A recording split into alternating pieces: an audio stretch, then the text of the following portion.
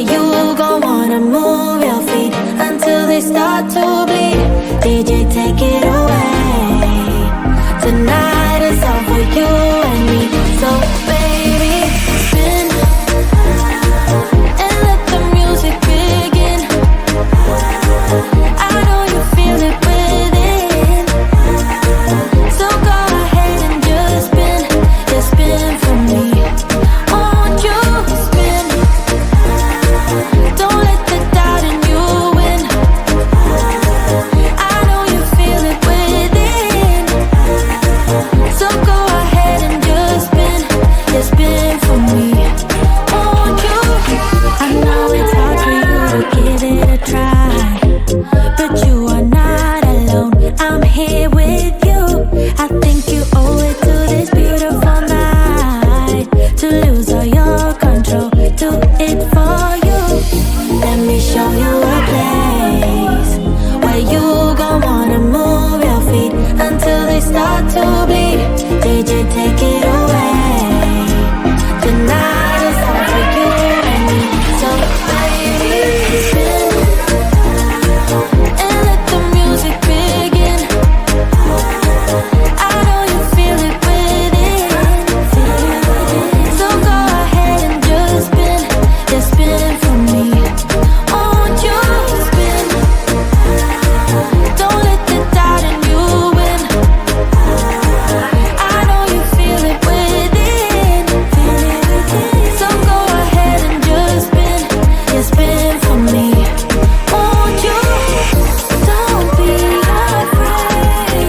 Just let go of your fears, 'cause you know you can do it, baby. Then I stand away. Now you know how it feels. Now you know you can do it, baby. And let the music begin. I know you feel it within. So go ahead and just spin for me. Won't you spin? Don't let the doubt in you win. I know you feel it within. So go ahead and just spin for me. Won't you?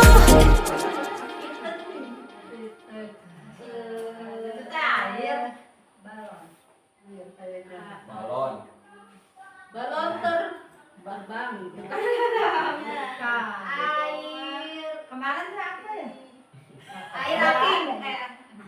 Bukan. Kakek. Berarti apa? Air terjang. Kalau itu apa ya? Kakung. Engkong. Kong. Ya apa itu ya? Itu apa ya Bapak Ibu ya? Ini kalau tidak terjawab nanti bisa terbawa sampai mimpi ini. Ada air, ada aki-aki. Uang air Bu. Oh iya betul. Benar bagus Bu Ika. Memang ya usia itu. Ya. Namanya uang air. Anu tua mah lemot. Udah banyak yang diajarin. Ya, selanjutnya kita ke materi yaitu budaya positif. Di sini yang akan saya bahas yaitu ada perubahan paradigma belajar, kemudian disiplin positif, motivasi perilaku manusia, kemudian kebutuhan dasar, 5 kebutuhan dasar pada manusia, dan posisi kontrol restitusi, keyakinan kelas, serta segitiga restitusi. Untuk perubahan paradigma belajar.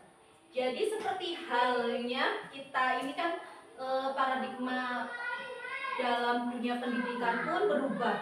Paradigma belajar pun berubah, sama halnya dengan paradigma di pendidikan. Guru itu kan biasa dulu kita sebagai guru itu menuangkan ilmu, memberi pelajaran. Nah, sekarang pelajaran bisa didapatkan oleh anak di mana saja ya Bu? Di televisi bisa, di internet, koran. Nah, anak bisa mendapatkan pelajaran itu semua. Sebenarnya guru fungsinya apa di sekolah? Nah, berubahlah paradigmanya. di dunia pendidikan guru sebagai fasilitator. Fasilitator.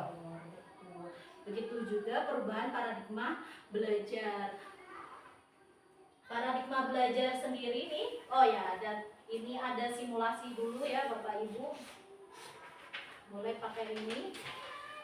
Ada A dan B di sini, misalkan Bu Solihat ya Bu ya, punten ya Bu.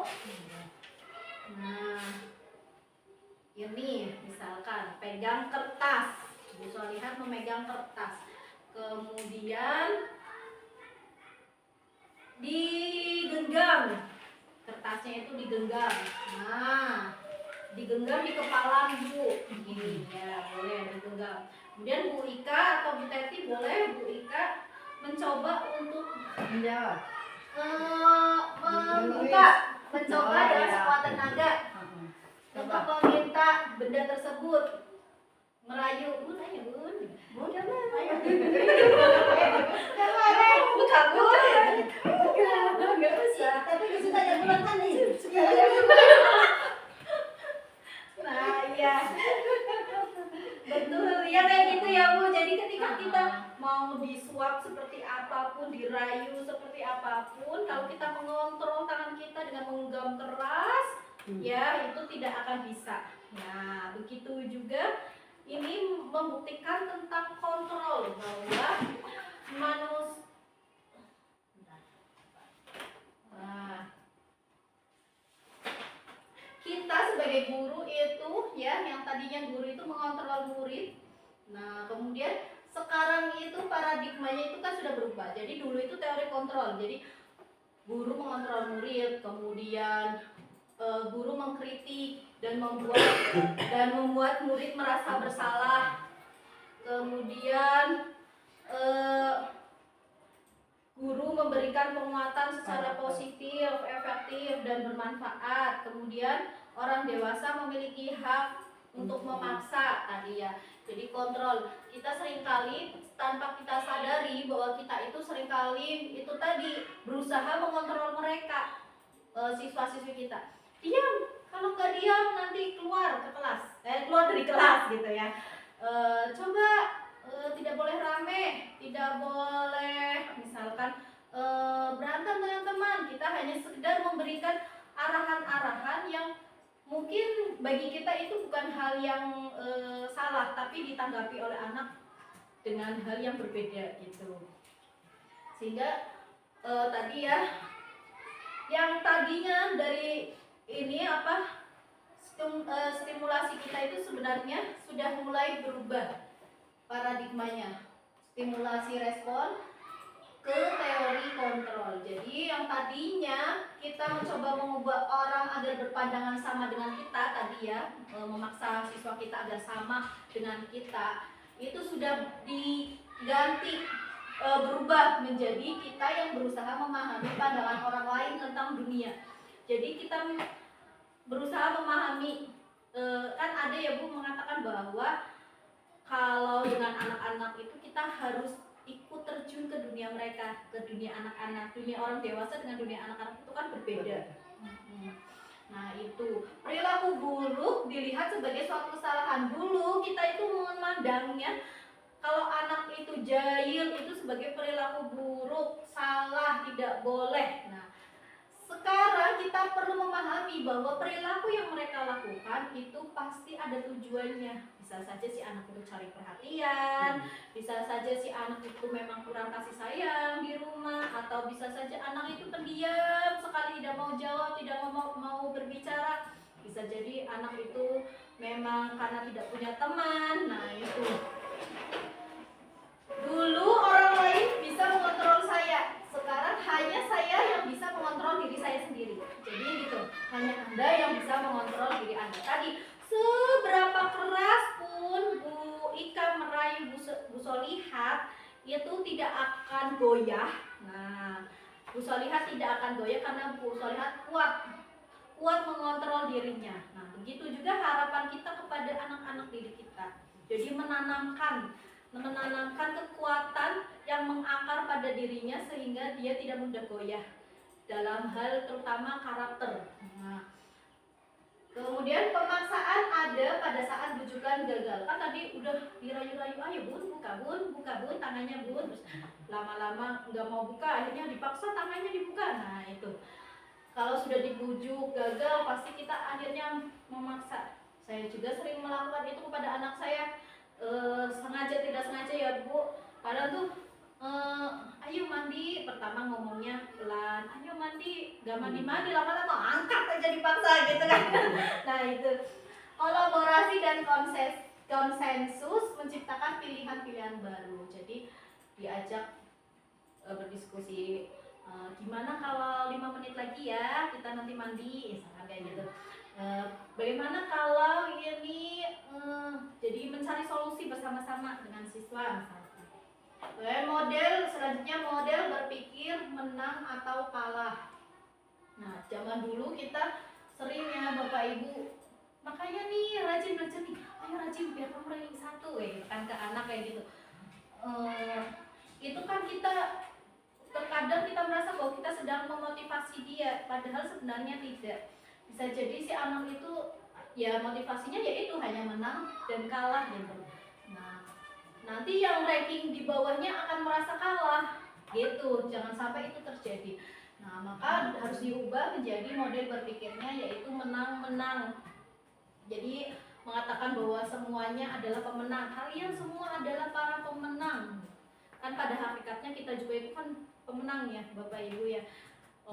Jadi kan dulu katanya sih ini ya, ketika anak dibuat itu ya, sperma yang masuk ke dalam tubuh perempuan itu kan banyak berkejar-kejaran. Nah, sperma yang paling depan itulah pemenangnya, yang jadi ya kan ya masuk ke ovarium.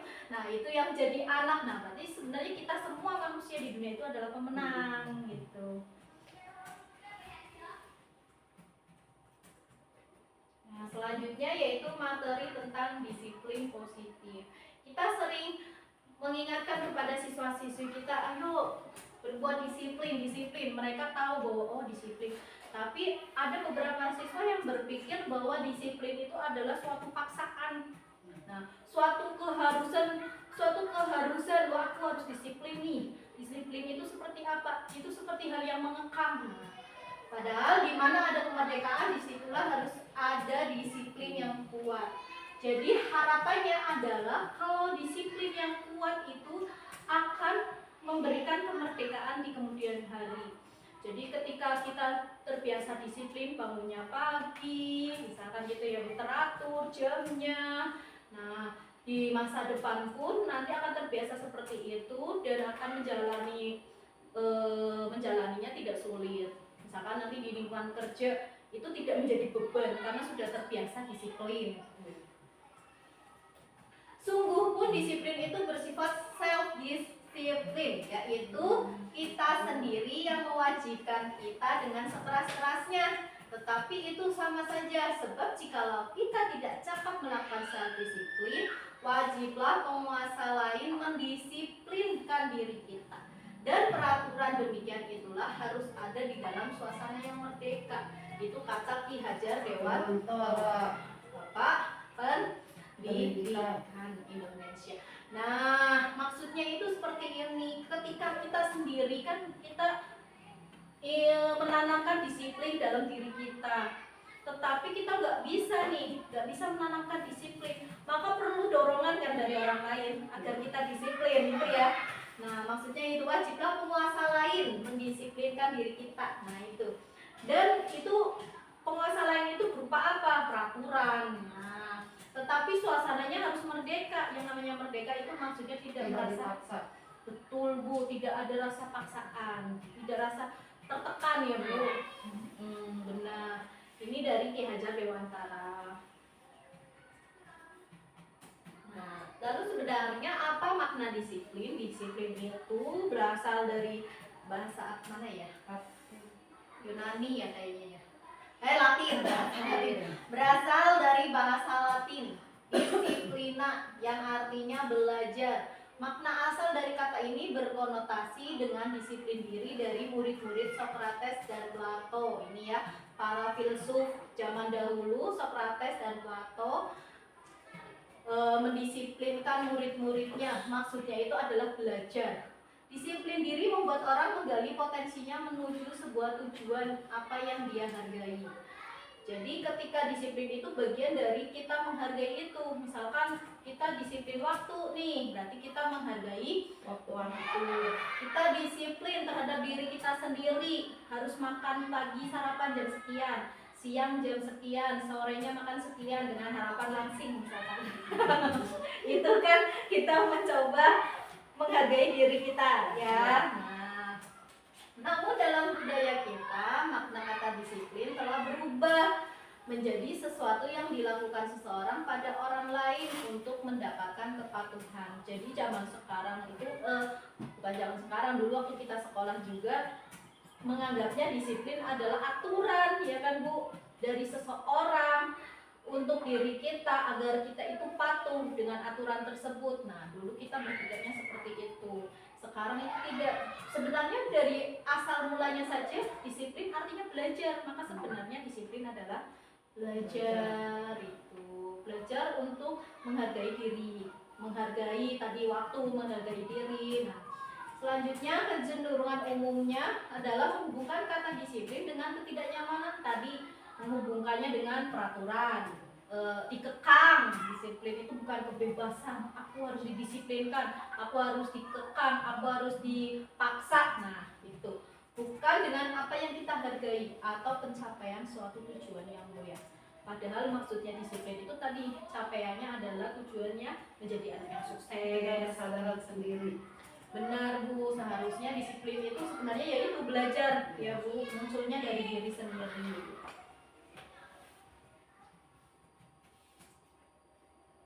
Nah, selanjutnya yaitu nilai kebajikan universal. Jadi nilai-nilai terkadang kita itu jadi nilai-nilai kebajikan universal itu maksudnya baik di Indonesia, di Amerika, di kutub manapun, di ujung dunia manapun, bahwa itu adalah nilai-nilai kebajikan. Jadi maknanya sama, dijunjungnya sama. Nah, nilai-nilai kebajikan adalah sifat-sifat positif manusia yang merupakan tujuan mulia yang ingin dicapai setiap individu. Nilai-nilai tersebut bersifat universal tadi ya Bu, dan lintas bahasa. Jadi dari manapun, di bahasa Indonesia kan artinya itu, kemudian di bahasa Inggris kan juga itu maksudnya, suku, bangsa, agama maupun latar belakang. Jadi kan ada ya Bu, misalkan nih perihal nyeduh kopi misalkan. Kalau orang kita mah kalau ada tamu tidak boleh penuh-penuh ya Bu, ada sedikit ya disisain. Nah itu sopannya seperti itu. Kalau terlalu penuh, luber-luber itu tidak sopan. Nah kalau di NTT itu kalau nyeduh kopi itu harus penuh, itu baru disebut sopan.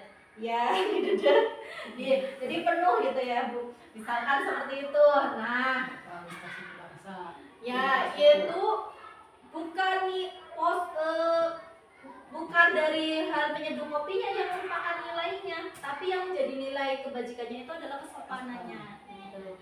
Jadi ada nilai kesopanan, kemudian tanggung jawab, banyak ya Bu, kejujuran, terus apa lagi Bu? Nilai-nilai kebajikan. Berarti yang baik-baik lah ya Bu ya, tanggung jawab, iya, dari kepribadian, kemudian beriman ya Bu ya, banyaklah sopanan, keteraturan, tanggung jawab, nah dan seterusnya. Tanggung jawab, kamu yang nanggung, aku yang jawab, gitu.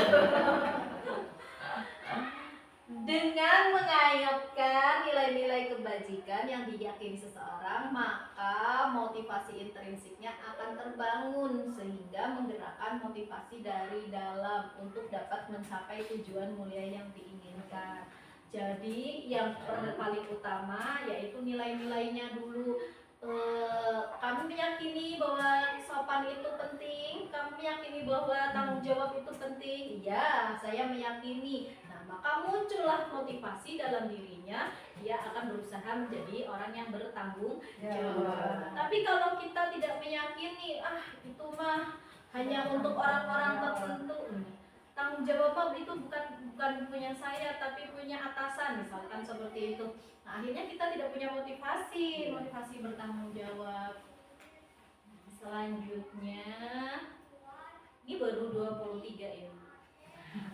Nilai kebajikan pada PL5 tadi ya, profil pelajar Pancasila penguatan ini itu kan. Nah ini ya ada 6. Yang pertama, beriman bertakwa kepada Tuhan Yang Maha Esa dan berakhlak mulia, mandiri, bernalar kritis, berkebinekaan global, bergotong royong dan kreatif. Nilai kebajikan P5 yang sekarang lagi di kurikulum yang sekarang ini kan juga merupakan sumbernya dari tadi nilai-nilai kebajikan itu. Nah, jadi sebenarnya tujuan kita, murid kita di sekolah itu kan yang tercantum itu yaitu anak itu mencapai menjadi berprofil pelajar Pancasila. Mereka itu beriman, kemudian mandiri, bernalar kritis, iya Bu, kemudian bergotong royong, kreatif. Nah, ini sesuai juga sama keterampilan abad 21 ya Bu. Kemarin kan kita sudah sempat ya Bu, kemarin yang dengan Bapak pengawas yaitu 4C. 4C ya Bu. Ada communication, jadi anak itu bisa berkomunikasi, kemudian kreatif, terus critical thinking ini ya Bu, bernalar kritis, terus apa Bu Satri? Kolaborasi. Nah, ini gotong royong, berkolaborasi. Itu kan maksud dari, jadi P5 ini juga mengacu pada keterampilan tadi abad 21, kemudian sebagai tujuan kita menyambut generasi emas nanti di ulang tahun Indonesia yang ke-100 ya. Harapannya itu sudah para generasi mudanya ini sudah bisa ini memiliki nilai-nilai ini. Kebajikan. Selanjutnya, motivasi perilaku manusia, hukuman, penghargaan, dan restitusi. Nampaknya seperti hal yang sama atau hal yang saling berhubungan. Ada hukuman, penghargaan. Nah, kita bahas satu persatu. Jadi motivasi perilaku manusia. Mengapa anak itu melakukan itu? Oh, ternyata untuk menghindari hukuman. Apa yang akan terjadi apabila saya tidak memakai seragam misalkan? Mungkin nanti Bapak Ibu akan marah nih kepada saya, akan memberikan hukuman kalau seragam saya tidak benar. Nah, motivasi eksternal untuk menghindari permasalahan. Jadi motivasinya yaitu agar tidak dimarahi, itu menghindari hukuman. Kemudian ada anak yang ingin mendapatkan penghargaan. Apa yang akan saya dapatkan apabila saya melakukannya? Jadi maunya reward terus. Nanti sama ibu dikasih bintang. Wah, ngerjain rajin biar dapat bintang. Nah, itu motivasi dari eksternal. Nah, ini masih di eksternal. Ini ya eksternal juga, ujian, imbalan. Selanjutnya yaitu harapannya adalah anak ini nih menghargai nilai diri. Jadi tidak perlu karena takut dengan seseorang atau tidak perlu menunggu agar dipuji sama guru atau diberi hadiah. Tapi harapannya anak itu akan menjadi orang seperti apa ya saya jika melakukannya. Kalau saya disiplin itu apa ya kebaikan buat saya gitu. Nah, jadi itu muncul dalam diri sendiri. Kalau saya mengerjakan PR apa ya kebaikannya buat saya gitu. Kalau saya pikir apa ya kebaikannya buat saya. Kalau kelas saya bersih, kebaikannya buat saya dan buat teman-teman apa ya? Misalkan. Selanjutnya yaitu ini, tujuan dari disiplin positif adalah menanamkan motivasi yang ketiga tadi ya Bu, menghargai diri sendiri untuk menjadi orang yang mereka inginkan dan menghargai diri sendiri dengan nilai-nilai yang mereka percaya.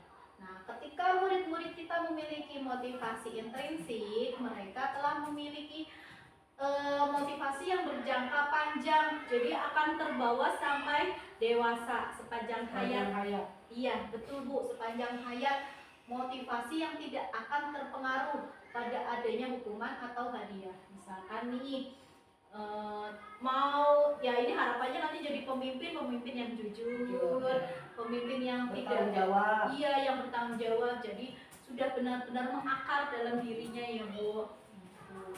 Mereka akan tetap berperilaku baik dan berlandaskan nilai-nilai kebajikan karena mereka ingin menjadi orang yang menjunjung tinggi nilai-nilai yang mereka hargai.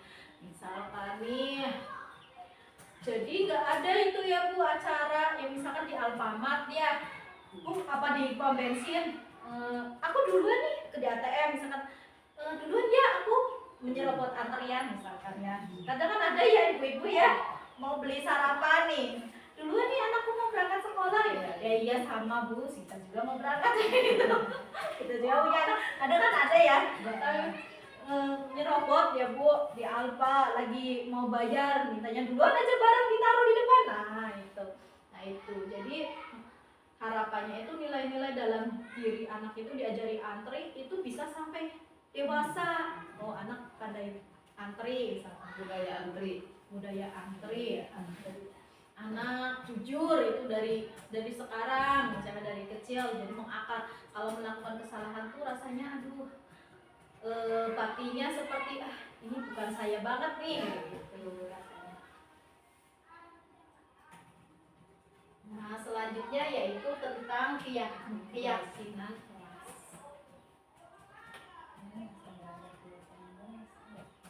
Iya betul Bu. Nah mengapa tidak peraturan saja? Mengapa harus keyakinan kelas? Mengapa kita memiliki peraturan harus menggunakan helm bila mengendarai kendaraan roda 2? Mengapa Bu? Untuk apa? Untuk keselamatan. Untuk menjaga Keselamatan.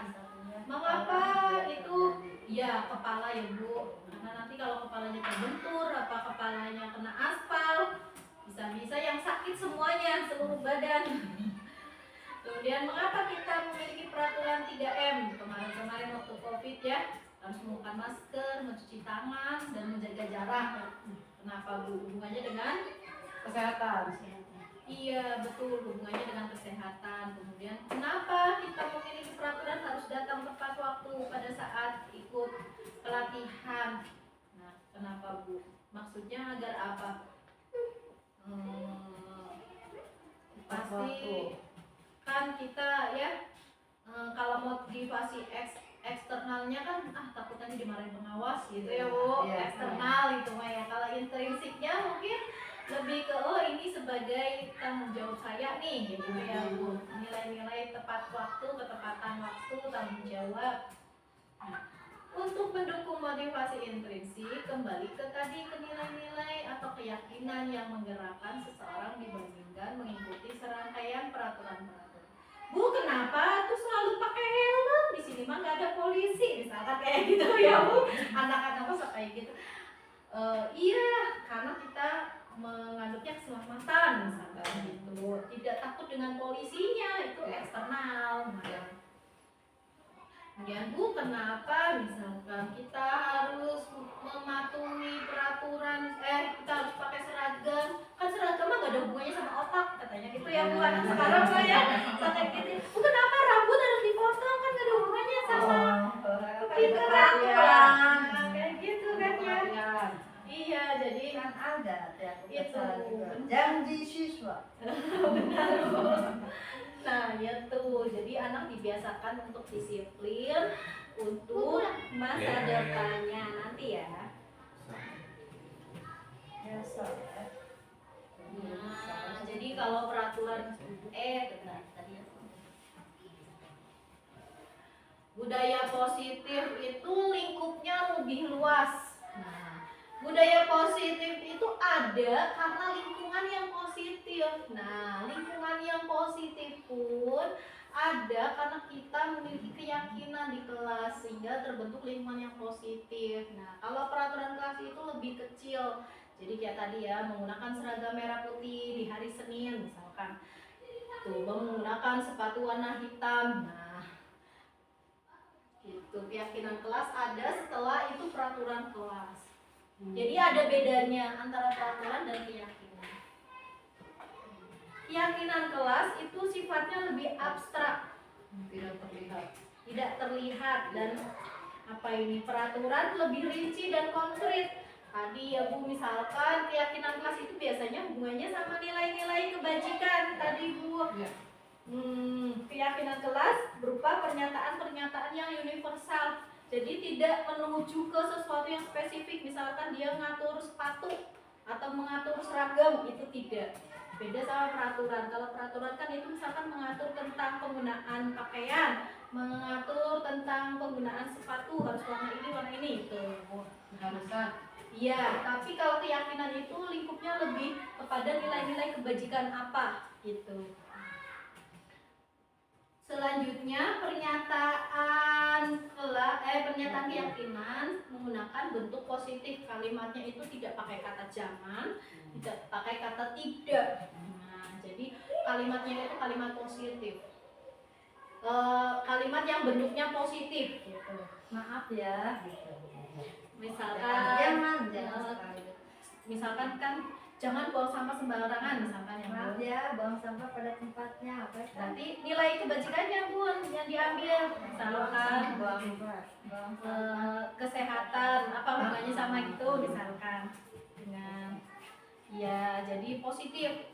Terus kalau peraturan kan biasanya gini, tidak boleh menggunakan apa itu? Dilarang. Ya, dilarang buang sampah sembarangan. Itu kan peraturan. Biasanya kayak gitu. Nah, keyakinannya apa tadi? Kerajinan, kebersihan, Kesehatan. Iya, kebersihan, pangkal Kesehatan. Nah, itu Kebersihan sebagian daripada iman. Nah, itu adalah keyakinannya.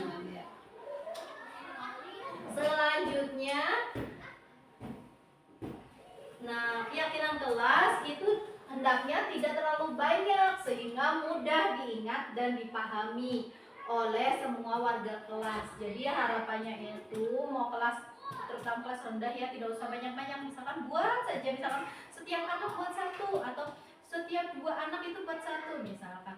Atau misalkan 6 saja atau 5 saja itu ya dirangkum oleh guru, dibuat, dituliskan. Nah, itu. Selanjutnya keyakinan kelas itu sebaiknya sesuatu yang dapat diterapkan di lingkungan tersebut. Nah, semua warga kelas hendaknya ikut berkontribusi dalam pembuatan keyakinan kelas lewat kegiatan curah pendapat. Jadi ketika membuatnya itu misalkan di kertas karton terus keyakinan kelas. Nah, anak kasih secari kertas, kemudian dituliskan keyakinan kelas apa yang ingin kamu terapkan di kelas ini. Misalkan, Bu, saya ingin anak-anak teman-teman saya itu tidak mengganggu saya. Oh, berarti apa, Bu? Saling Menghargai. Iya, saling menghargai sesama teman. Misalkan gitu ditulis keyakinan kelasnya. Saling menghargai sesama teman, ditempel di karton, ditempel di tembok, sama-sama membacanya, memahami maknanya. Bersedia meninjau kembali keyakinan kelas dari waktu ke waktu. Jadi keyakinan kelas itu tidak dibuat per tahun, tidak, tapi kapanpun itu bisa kita tinjau kembali. Perlu tidak ya ditambahi lagi? Misalkan ada nih perbuatan siswa yang belum ada di dalam nilai kebajikan yang itu, keyakinan kelas nggak ada nih, belum ada. Misalkan tadinya itu nggak ada saling menghargai, ternyata ada anak berantem. Nah, dari peristiwa itu, ayo kita buat keyakinan kelas biar tidak berantem. Nah, saling menghargai dengan teman ditambahin gitu. Jadi bisa kapanpun, waktu sewaktu-waktu gitu. Jadi nggak harus di akhir semester ataupun awal tahun. Berarti bisa jadi sambil melihat kondisi anak. Iya betul Bu. Misalkan ada peristiwa pencurian, Ya. misalkan. Berarti ditambah lagi keyakinannya. Iya. Harus jujur. Iya Bu, Jujur. jujur adalah Ya. jujur kacang hijau. Nah, ini contoh kalau peraturan selalu kembalikan buku ke tempatnya. Maka keyakinan kelasnya yang hubungannya sama nilai-nilai apa? Apa Bapak Ibu? Tempatnya berarti nah. Tanggung jawab bisa ya Bu. Bertanggung jawab misalkan mengembalikan, bertanggung jawab terhadap benda-benda di kelas. Nah, itu kan tidak abstrak ya Bu, tidak hanya buku. Iya, tidak hanya buku. Dilarang mengganggu orang lain. Apa Bapak Ibu?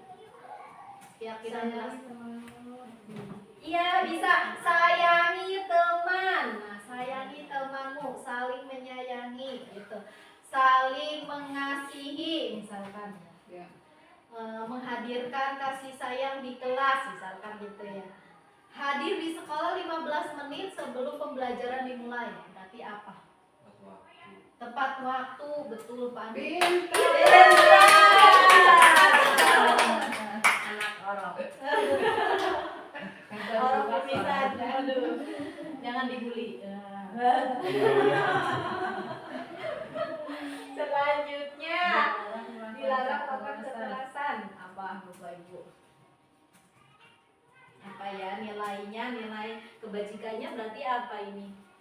Kalau sopan santun bisa tidak? Sopan santun bisa sih ya Bapak Kan Ibu ya. kalau sopan berarti jauh dari kekerasan. Iya, Kalau bisa santun sih. berarti lembut. Berperilaku santun. Berperilaku santun. Iya. Bisa. Dilarang menggunakan narkoba. Apa?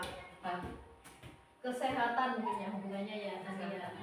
Misalkan kesehatan adalah apa? Pangkal kekuatan. Misalkan gitu. Kesehatan adalah apa ya? Sumber apa? Sumber kekuatan. Nah, misalkan gitu. Bergantian atau menunggu giliran. Tadi ya antri. Iya betul, antri. Budayakan antri, membudayakan antri.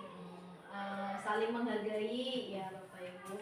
Kemudian gunakan masker. Ini zaman Covid, tapi tidak hanya Covid saja sih ya Bapak Ibu. Kalau kena flu juga baiknya siswa itu gunakan masker.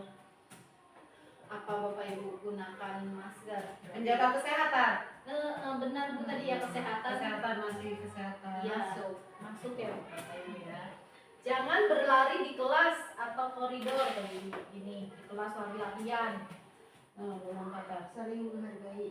saling menghargai dengan teman ya, bisa saling menghormati ya, saling menghormati. Selanjutnya misalkan ini kesepakatan kelas. Kalau ini kesepakatan kelas ya Bapak Ibu, datang tepat waktu mengucapkan salam, menjaga kebersihan sekolah, berdoa sebelum dan sesudah kegiatan, aktif dalam pembelajaran. Ini kesepakatan. Ini belum masih nilai-nilainya masih tadi masih abstrak kalau di kesepakatan. Selanjutnya yaitu restitusi. Dalam menjalankan peraturan ataupun keyakinan kelas ataupun sekolah, bila mana ada suatu pelanggaran, tentunya sesuatu harus terjadi tindakan terhadap suatu pelanggaran, pada umumnya berbentuk hukuman atau konsekuensi. Itu ya typo ya Bapak Ibu, konsekuensi. Ada salah satu disiplin positif yang dinamakan restitusi. Nah, apa itu restitusi? Restitusi adalah proses menciptakan kondisi bagi murid untuk memperbaiki kesalahan mereka sehingga mereka bisa kembali pada kelompok mereka dengan karakter yang lebih kuat. Jadi anak itu bisa berkumpul dengan teman-temannya tanpa ada perasaan minder karena telah dimarahi oleh gurunya misalkan kayak gitu. Jadi anak itu kalau restitusi itu lebih kepada menumbuhkan dalam diri dia ya kepercayaan dirinya untuk bisa memperbaiki kesalahan mereka. Nah gitu. Jadi sebenarnya restitusi ini juga termasuk bagian kita bahwa mengajarkan tentang kita itu tidak boleh pantang, kita harus menjadi orang yang pantang menyerah gitu kan ya Bapak Ibu. Jadi menjadi karakter yang lebih baik, lebih kuat lagi.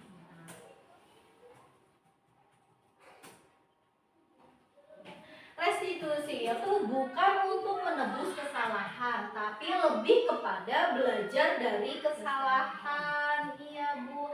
Jadi bukan kita menyalahkan siswa. Nah, restitusi itu adalah adalah agar dia bisa menggunakan kesalahannya itu sebagai pelajaran, hikmah di balik kesalahan yang dia lakukan gitu. Kemudian memperbaiki hubungan. Jadi jangan sampai kalau kadang kan dihukum nih gelut, misalkan Arif dengan Najril gelut. Nah, Arif ngelaporin Najril, Najril melakukan ini, terus kita menghukumnya Najril. Arif merasa diadili, Najril merasa dikecewakan, dihukum tadi ya Bu, dihukum. Nah, ada pihak yang tidak puas ya. Nah, sedangkan restitusi itu harapannya itu dapat memperbaiki hubungan itu. Kemudian berupa tawaran, bukan paksaan. Tuh maunya kamu bagaimana baiknya, harusnya itu seperti apa gitu. Jadi bukan, ayo minta maaf, minta maaf. Nah, jadi maafnya itu Ikhlas. Harus iya ikhlas, timbul dari hati yang paling dalam. dari diri sendiri, dari masing-masing. Gitu. Restitusi menuntun untuk melihat ke dalam diri tadi ya Bu. Oh saya salah nih, berarti saya harus minta maaf. Gitu. Restitusi mencari kebutuhan dasar yang mendasari tindakan. Restitusi diri adalah cara yang paling baik.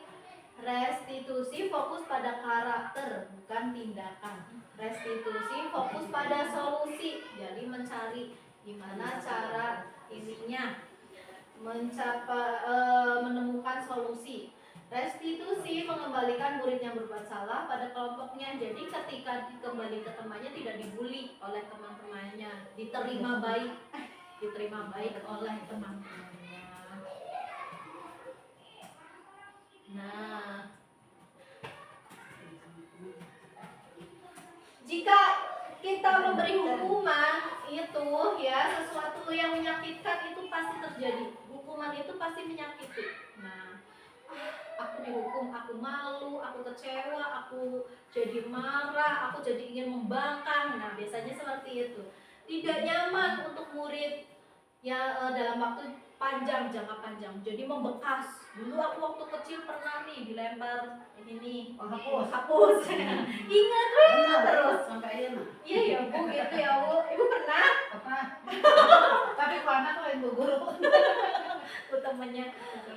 Korban mendapatkan keadilan. Jadi tadi ya, nah, contohnya Najril sama Arif tadi berantem terus si korban itu merasa mendapatkan keadilan. Sedangkan yang berbuat itu akan merasa tersakiti gitu. Perilaku pasif agresif. Nah, jadi itu tidak menghasilkan sesuatu yang positif, tapi itu malah justru tadi jadi membangkang, jadi nggak peduli, malahan gitu. Lebih parah. Iya, lebih parah. Jadi semakin kan biasanya gitu ya Bu. Anak SMA aja kalau misalnya dipanggil BK terus ya nakalnya itu nggak ketulungan lah biasanya kayak Bisa jadi timbul dendam. iya dendam, betul Bu. Gurunya malahan diadang. Zaman sekarang ya Bu, ada ya Bu di berita-berita ada bawa gobang, bawa apa didatangan. Sistem tidak akan berjalan jika murid tidak takut tadi. Karena jadi nggak peduli lah sama peraturan, aku nggak takut gitu sama peraturan tuh gitu. Kalau konsekuensi sesuatu harus terjadi. Konsekuensinya apa? Kamu melakukan ini berarti kamu harusnya seperti ini. Nah, tidak nyaman untuk murid dalam jangka waktu pendek. Korban bisa diabaikan. Tadi kita hanya fokus sama si pelaku, si korban diabaikan perasaannya. Murid dibuat tidak nyaman tadi. Bisa jadi konsekuensinya itu tadi menyusahkan, misalkan harus disuruh lari-lari, ini aku jadi capek apa itu dengan tidak nyaman. Penguatan hanya bertahan dalam jangka waktu pendek, kemudian memerlukan monitoring berkelanjutan dari guru. Sedangkan restitusi itu suatu pilihan, merupakan pilihan. Menguatkan untuk murid dalam jangka waktu panjang, korban mendapatkan ganti, murid mendapat penguatan, tadi ya karakternya muncul dari dalam diri, masalahnya terpecahkan, murid belajar bertanggung jawab untuk perilakunya. Jadi ketika restitusi dan konsekuensi itu hal yang berbeda namun berhubungan gitu ya. Konsekuensi itu hukuman itu berlaku lanjut pada kehidupan nyata. Jadi nggak ada manfaatnya buat dia ketika dihukum itu ya. Misalkan di pojokan kakinya diangkat satu sambil pegang ini gitu. Andre itu mah. Ada satu. Liriknya. Itu nggak ada manfaatnya buat ini ya kehidupannya di kemudian hari. Beda dengan konsekuensi gitu. Nah, membantu penerapan mengikuti peraturan dalam masyarakat. Nah, kita perlu menjelaskan bahwa anak-anak itu kan pasti disiapkan untuk terjun di masyarakat. Restitusi fokus pada pemecahan masalah dalam jangka waktu panjang. Nah, biasanya kalau peraturan hukuman itu, nah kamu harus ini lari-lari 7 kali memutari lapangan. Nah, kalau konsekuensi itu apa peraturannya? Harus pakai seragam Bu. Nah, mampukah kamu melakukannya? Iya, coba. Berarti besok harus pakai seragam misalnya. Atau kamu datang terlambat? Ya, konsekuensinya berarti pulangnya terlambat juga. Iya Bu. Nah, gitu. Apa yang kamu yakini? Nah, apa yang kamu yakini tadi terlambat nih? Berarti apa yang kamu yakini? Seharusnya aku tepat waktu nih, disiplin. Nah, gitu. Apa yang bisa kamu lakukan untuk memperbaiki ini? Oh, berarti saya harus bangunnya lebih pagi lagi. Jadi anak yang keluar dari solusinya keluar dari itu, dari anak. Dari dirinya sendiri. Iya. Nah, murid membenci peraturan kalau dihukum. Kalau diberi konsekuensi, murid menghormati peraturan. Nah, kalau restitusi itu harapannya menghormati dirinya dan orang juga lain. orang lain. Nah, ini kalimat yang tadi negatif, Bu. Maksudnya, awas ya kalau kamu lakukan lagi. Awas kamu ya, gitu.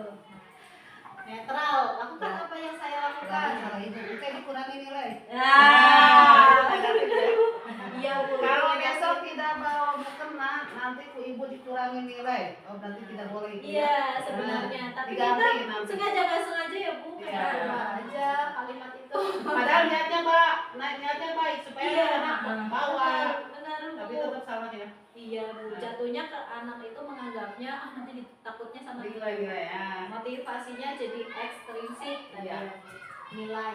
Apakah hal ini yang sesungguhnya ingin kamu lakukan?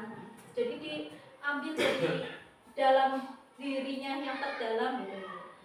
Kalau kamu tidak membawa mukena, menurut kamu ini perbuatan yang benar atau tidak? Ya kayak gitu Bu. Jadi Ya besok mau gitu nanya ke anak. iya. Sebenarnya kalau ini lebih kepada mode paksaan ya Kak. Iya. Nah, ini tadi stimulus respon, kalau ini lebih kepada kontrol bahwa kamu yang bisa mengontrol diri kamu mau jadi apa, mau jadi seperti bagaimana, itu tergantung diri kamu. Ini negatif, konsep dirinya buruk, sedangkan netralnya konsep diri baik. Yang ini positifnya si anak itu menjadi kuat karakternya. Kalau negatif, akhirnya karena takut, jadi murid belajar menyembunyikan kesalahan. Bukan aku Bu yang bikin nangis, Bu, bukan. Gitu. Kalau netralnya itu murid belajar taat peraturan. Kalau positifnya murid memecahkan masalah. Nah, yang ini mencoba mengontrol dengan penguatan negatif, membayar kesalahan, impas. Kalau udah dihukum ya udah gitu. Dipikirnya seperti itu. Nah, kalau ini mencoba mengontrol anak dengan penguatan positif. Nah, karena kamu datangnya terlambat, maka kamu istirahatnya terlambat, misalkan itu. Anak paham dirinya sendiri yang pegang kendali kontrol tadi. Oh, berarti seharusnya saya perilakunya seperti ini nih. Jadi si anak yang muncul dalam Gitu jadi aku udah nilai nanti. Kalau anak dan pasti negatif ya Bu, kalau kita memberi hukuman, si anak itu akan marah, merasa bersalah, rendah diri, malu, takut dibully sama teman-temannya. Netral, kehilangan hak, waktu, jeda seorang diri, penahanan. Positifnya murid tidak kehilangan waktu, namun bersemangat memperbaiki diri tadi contohnya. Jadi si anak tetap mendapatkan hak belajarnya meski terlambat gitu. Namun bersemangat memperbaiki diri. Tiba-tiba tidak diharapkan atau sangat melukai. Jadi si anak itu merasa terluka gitu karena omongan buruk atau karena omongan temannya. Merusak mental. Merusak mental, betul Bu, merusak mental si anak ya. Sudah diketahui masuk akal Bu guideline-nya. Jadi oh iya ya Bu, aturannya seperti itu. Oh ya masuk akal. Yang nih ya, selanjutnya kalau hukuman itu biasanya yang membuat guru. Sedangkan kalau konsekuensi itu dibuat bersama guru dan murid. Kalau restitusi tadi keluarnya dari murid. Negatifnya itu tadi menyakitkan, guru menjalani konsekuensi dengan menyalahkan tadi ya, jadi siswanya merasa tersalahkan, kemudian mengkritik, kamu tuh harusnya jangan seperti ini, harusnya seperti ini ya gitu, menyindir, kemudian merendahkan. Kalau kamu kayak gitu terus nanti kamu gak akan sukses, misalnya kayak gitu ya Bu, itu Meriwut karena iya, jadi anak kok ibu doakannya kayak gitu ya Bu. Membantu guru menyatakan peraturan, melakukan peringatan dan menerapkan konsekuensi. Jadi ini lebih kepada guru. Jadi konsekuensinya dibuat bersama guru dan murid, tapi yang memberitahukan bahwa kamu seharusnya seperti ini itu guru. Gitu. Menguatkan, guru menyebutkan keyakinan kelas, membimbing kerangka acuan berpikir, restitusi murid. Jadi si restil disebutkan, nah keyakinan membimbing. Jadi caranya itu seperti ini. Nanti harusnya kamu seperti ini. Harusnya bagaimana? Jadi kita membimbing. Nah, 5 kebutuhan dasar manusia. Seorang anak melakukan suatu perbuatan, suatu hal yang mungkin bagi kita itu berbeda, bisa saja ada kebutuhan dasar yang tidak terpenuhi. Betul, yaitu penguasaan, kasih sayang, dan rasa diterima, bertahan itu, kesenangan, kebebasan. Gelut nih sama temannya, mukul. Nah, dia maksudnya bertahan hidup mungkin ya Bu, maksudnya gitu, aku membela diri loh Bu, itu karena dia duluan padahal gitu misalkan. Kemudian di rumah biasa diatur-atur, nah nggak punya waktu bermain ya, biasa ibu ini nanti habis belajar ngaji, habis ngaji les misalkan, akhirnya di sekolah butuh kesenangan, iya, kebebasan, selain temannya, gangguan gitu ya. Di rumah sering dipukuli misalkan sama temannya, terus atau sering dibohongi sama orang tuanya, itu juga bisa ya Bapak Ibu ya. Di rumah sering bohongi orang tuanya, jadi di sekolah bohongi lagi ke temannya misalkan gitu.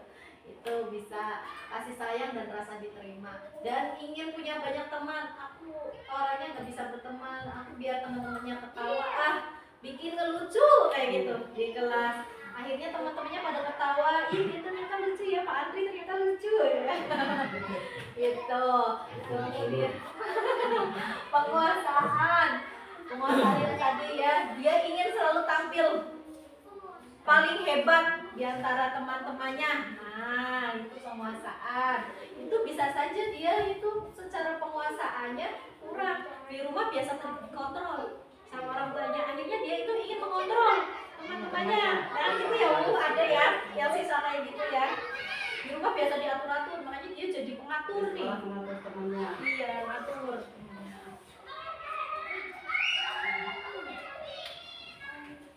Ibu guru bilang, aku tidak boleh bersenandung sewaktu mengerjakan tugas. Katanya kelas harus tenang, tidak ada suara. Padahal kan aku suka dan senang menyanyi. Nah, berarti kebutuhannya apa Bapak Ibu dia tadi? Kalau dia suka dan senang menyanyi, dia sebenarnya butuh apa? Kesenangan. Kita bisa melakukannya dengan apa agar kesenangannya itu terpenuhi? Bisa ya, misalkan di ekstra mengadakan apa? Ada jam pelajarannya, misalnya di seni. Ya, Nah, betul Bu, bisa seni suara, ya, jadi tampil ya, tersalurkan. jadi tersalurkan yang biasanya bersenandung, jadi tampil di depan kelas, di depan teman-temannya gitu. Iya benar Bu. Misalkan pas ice breaking gitu, Ya. kasih lagu-lagu misalkan diberi lagu-lagu. Aku ibu guru tidak menyapa aku hari ini padahal aku pakai jepit rambut baru, pengen dipuji ya. Biasanya ada yang bapak ibu ya kayak gitu ya. Ada yang seperti itu. Nah itu mungkin kasih sayang, rasa ingin diterima. Aku bosan, masa belajarnya cuma gitu-gitu aja, dengerin ini aja, dengerin guru aja. Nah itu berarti apa bapak ibu? Apa tadi? Kebebasan, Ya bisa penguasaan kan? kekuasaan. Materi ya, penguasaan ya. Aku sebel gambarku tidak rapi, malah ibu guru menunjukin ke teman-temanku. Dia malu, gambarnya malah ditunjukin, padahal gambarnya aku tidak rapi nih. Berarti kasih sayang dan rasa diterima. Iya bisa juga ya Bu, tidak merasa tidak diterima, aku jelek gitu. Atau penguasaan juga bisa ya Bu. Penguasaan juga bisa. Nah, kita sebagai guru kita harus bisa memposisikan diri sebagai apa? Nah, ini ada 5 posisi, yaitu sebagai penghukum, pembuat rasa bersalah, teman, pemantau, dan manajer. Nah, kita ada di posisi yang mana? Jika penghukum itu tadi itu lebih kepada menunjuk-nunjuk, menyakiti, menyindir. Seharusnya kamu seperti ini, seharusnya gitu ya.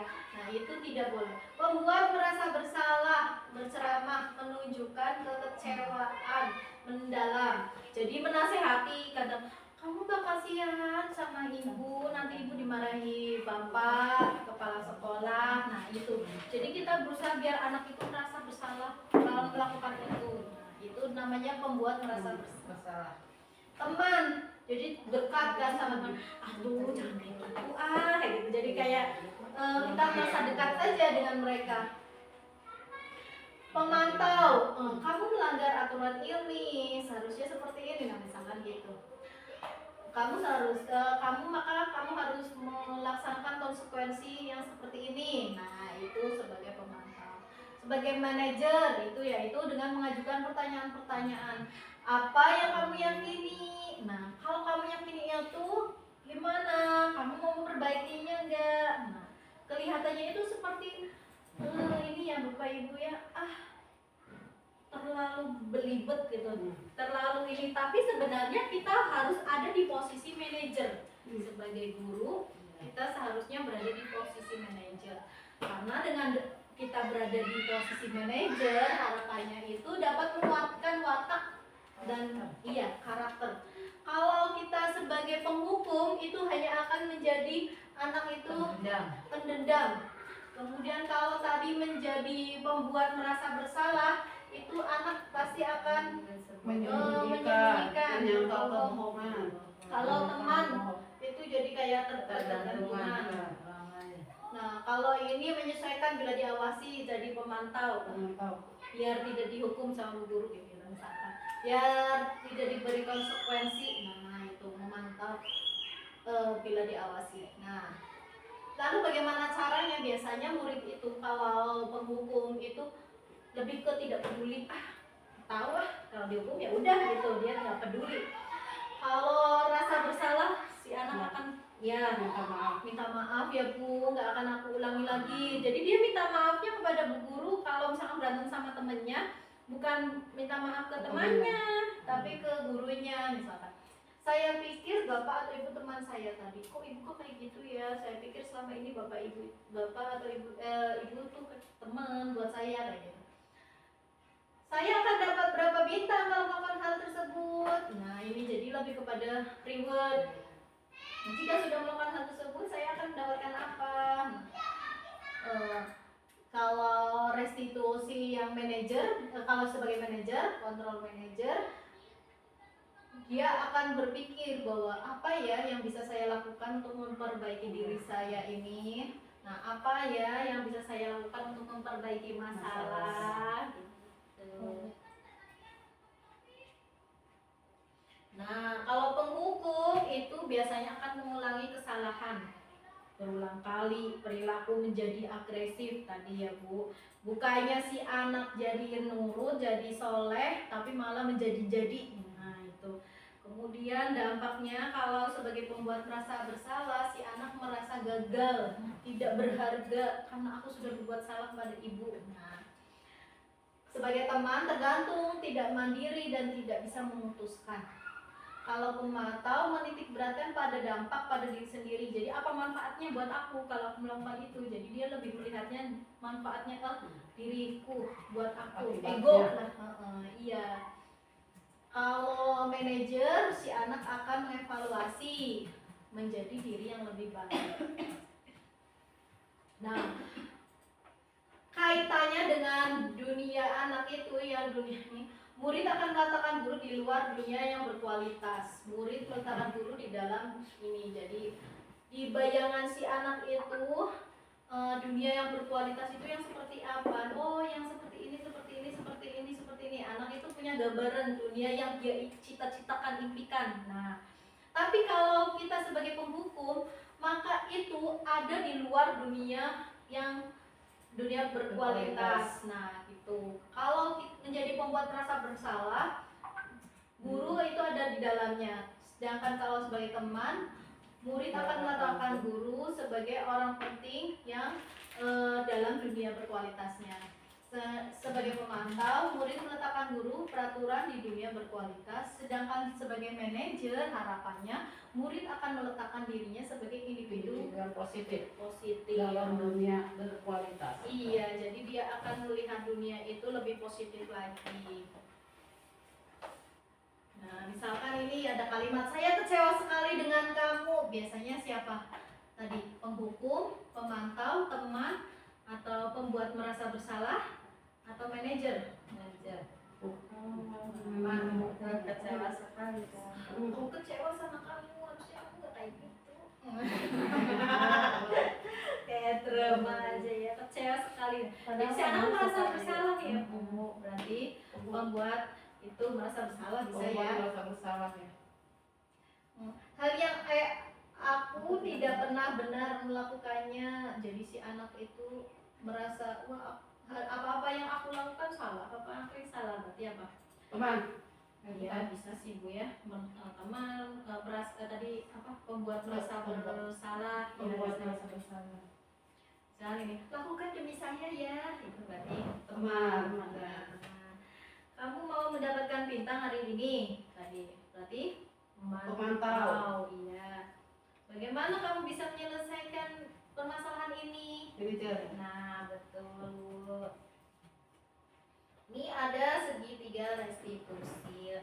Segitiga restitusi. Nah, tadi restitusi itu kan menciptakan kondisi bagi murid untuk memperbaiki kesalahan mereka sehingga mereka bisa kembali pada kelompok mereka dengan karakter yang lebih kuat.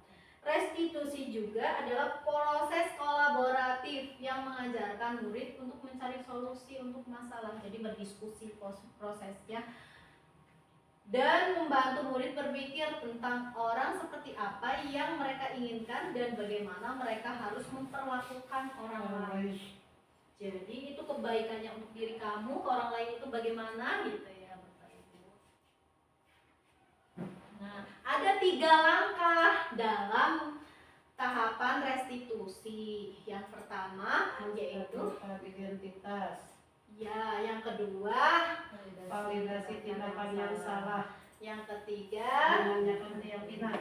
nah, kita semua akan melakukan hal yang terbaik yang bisa kita lakukan, itu menstabilkan identitas.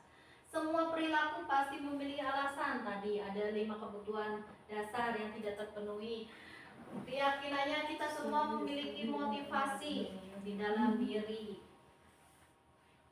Nah, jadi pertama yaitu ketika anak melakukan kesalahan atau melakukan suatu hal yang berbeda dengan teman-temannya di luar kontrol itu, yang pertama yaitu menstabilkan identitas. Nah, jadi si anak itu ditanya, benar nggak tadi kamu yang melakukan kenapa kamu menangis, misalkan kayak gitu ya Bu. Aku sakit hati. Kenapa? Aku menghina. Kalau misalkan temanku menghina bapak mereka ya, menstabilkan identitas. Nah, kemudian kita validasi tindakan yang salah. Menstabilkan identitas bisa juga gini, oh nggak apa-apa, namanya manusia, boleh kok menangis, jangan ditahan, nangis aja. Nangis ya kencang. Jangan ditahan, terus nanti jadi penyakit. Nanti jadi penyakit. Teruskan. Setiap manusia itu pasti pernah salah gitu kan. Setiap manusia itu letaknya lupa dan salah ya gitu. Jadi kita menstabilkan identitas bahwa itu oh boleh ya orang berbuat salah, tapi bukan berarti terus-terusan Harus berbuat melakukan kesalahan. iya. Nah, kemudian validasi tindakan yang salah. Jadi menurut kamu perbuatan kamu itu benar nggak ya gitu. Jadi kita perlu tahu bahwa apa yang dilakukannya benar tidak. Nah, menurut kamu misalkan gitu. Kamu tentu punya alasan kenapa kamu melakukan itu. Itu aku sebenarnya tuh ya Bu, soalnya aku kesel sama dia misalkan kayak gitu. Soalnya dia itu nyopekin buku aku misalkan gitu kan Bu. Nah, jadi kita perlu tahu alasannya kenapa dia melakukan itu. Nah, kemudian menanyakan keyakinan. Nah, kamu sebenarnya sebagai manusia itu ingin menjadi orang yang seperti apa? Nilai-nilai apa yang menurutmu itu dari perbuatanmu itu melanggar nilai-nilai tersebut, tidak sesuai dengan nilai-nilai tersebut? Oh iya Bu, harusnya saya saling menyayangi. Keyakinan kelas apa yang telah kita sepakati? Nah, nanti si anak itu kembali ke ingatannya dia bahwa oh saya itu keyakinan tentang kasih sayang, misalnya saling menghormati dengan teman misalkan. Nah, ini ada kasus nih, seorang siswa tidak berada di kelas ketika pembelajaran berlangsung. Ternyata setelah ditelusuri, siswa tersebut berada di kantin ketika jam pelajaran. Banyak itu. Nah, coba caranya bagaimana? Menstabilkan dulu ya Bu, yaitu dengan memanggil Susah yang melakukan. dan mengkonfirmasi tindakannya adalah sebuah kesalahan. Benar nggak apa yang kamu perbuat itu? Lagi belajar terus ke kantin gitu. Karena aku lapar. Nah, itu divalidasi tindakan yang salah. Jadi sisa menanyakan alasan dan mengapa hal tersebut dilakukan. Soalnya aku lapar udah sarapan. Nah, Pasti jawabannya ke sana. iya Bu, maka perlu direstitusi. Restitusinya dengan oh seharusnya bagaimana kamu biar tidak hal ini tidak terjadi lagi. Restitusinya misalkan oh berarti saya harus sarapan dari rumah Bu. Iya betul. Tapi mamanya nggak masak misalkan. Gaya biasa Bu. Bungkus lah. Ada ya Bu ya. Terus menanyakan keyakinan. Meyakinkan kembali. Ada memangnya Kita punya beras nah Bu. iya betul Bapak Ibu. Jadi Kan? ibu gurunya muncul sih tanakannya. Iya ya Bapak Ibu. Waktu itu juga saya lihat di televisi yang waktu ada anak dibagiin nasi kan sama calon wakil presiden. Nah, kalau nggak salah tuh. Terus si anak teh nggak dimakan. Kenapa nggak dimakan? Iya buat nenek aku katanya. Nenek aku lagi sakit katanya kayak gitu. Ada ya Bu anak yang seperti itu. Jadi bisa saja hal-hal itu di kita itu, apalagi di lingkungan kita ya Bapak Ibu ya. Yang perekonomian secara ekonominya tuh ya itulah Bapak Ibu belum stabil gitu kan, ada lah asap.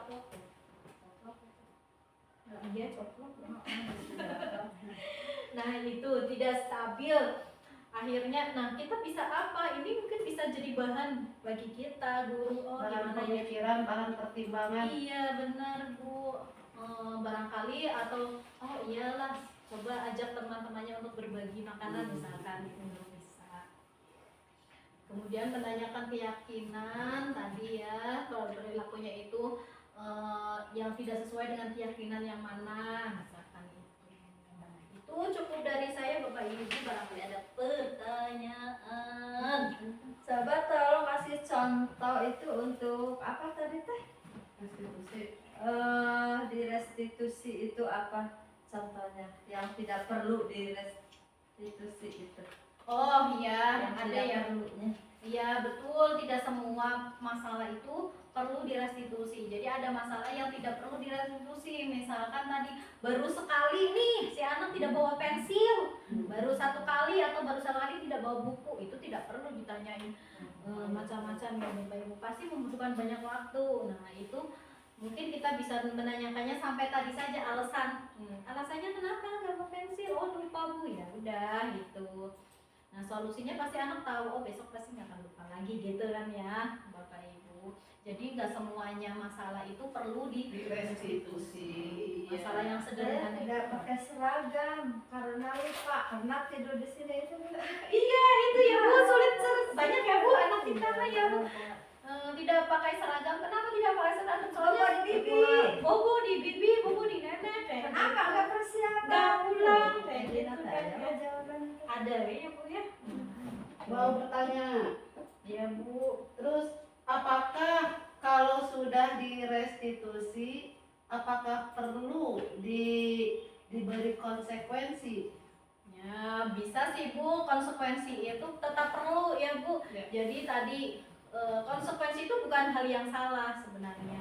Tadi hukuman yang tidak benar itu Ya. hukuman. Kalau konsekuensi itu perlu diberikan. Misalkan tadi sudah direstitusi. Nah, Walaupun konsekuensi sudah direstitusi, pasti tetap perlu diberi konsekuensi. iya bisa, boleh Bu diberi konsekuensi ya.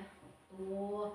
Jadi restitusi adalah cara memecahkan permasalahannya gitu. Nanti jadi muncul dalam dirinya, kemudian dia bisa memecahkan itu permasalahan, nilai-nilai karakter dalam dirinya semakin Kuat. Betul, Bapak Ibu. Ada lagi nggak Bapak Ibu? Cukup. Cukup ya. Apakah sudah dimengerti? Kamu mengerti sekali. Ya.